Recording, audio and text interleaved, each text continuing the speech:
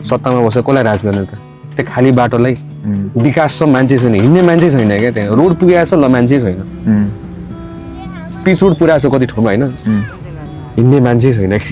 hospital बनिसकेको छ बिरामी छैन के गरे भने कस्तो खालको विकास गरे स्कुल छ स्टुडेन्ट्स छैन स्टुडेन्ट छैन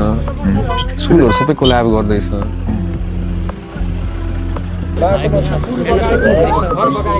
बाटोमा सबै ठाउँमा प्रहरीहरू राखिदिएको छ एपिएफहरू राखेको छ सबैजना किन राखेको त्यसरी सेक्युरिटी पर्दैन त्यसरी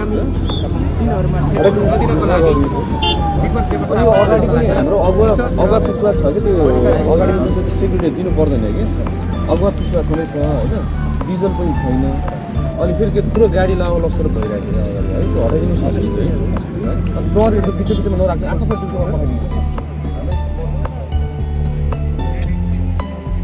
बाटो ब्लक भएपछि तपाईँ के हुन्छ थाहा छ दुई थरी जाम हुन्छ दुई थरी जाम भएपछि एम्बुलेन्स आउनु मिल्दैन एम्बुलेन्स अड्क्यो होइन मान्छे घर पुग्दैन अनि त्यहाँ खाना हुँदैन बस्ने व्यवस्था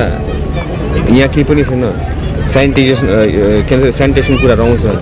धेरै हुन्छ यो एकदम फार साइडेड भएर हामीले सोच्नुपर्छ कि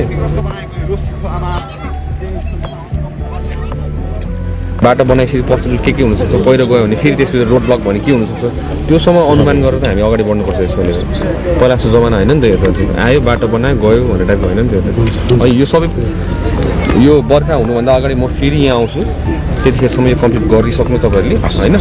अनि म सेफ्टी असेसमेन्टहरू सबै गर्न लाउँछु टिमहरूलाई पनि त्यसपछि यो सुरक्षित छ भन्ने हिसाबले हामी बुझेपछि बल्ल नागरिकहरूलाई सजिलो हुन्छ अनि हामी पनि ढुक्क हुन्छ ओके यो ठाउँ छैन अनि पोसिबल हामीलाई एउटा के भन्छ त्यो हेली ल्यान्ड गर्ने ठाउँहरू पनि चाहिरहेको छ त्यसको जिआरहरू पनि चाहिरहेको छ हामीले चाहिँ बुझ्नुभयो नि होइन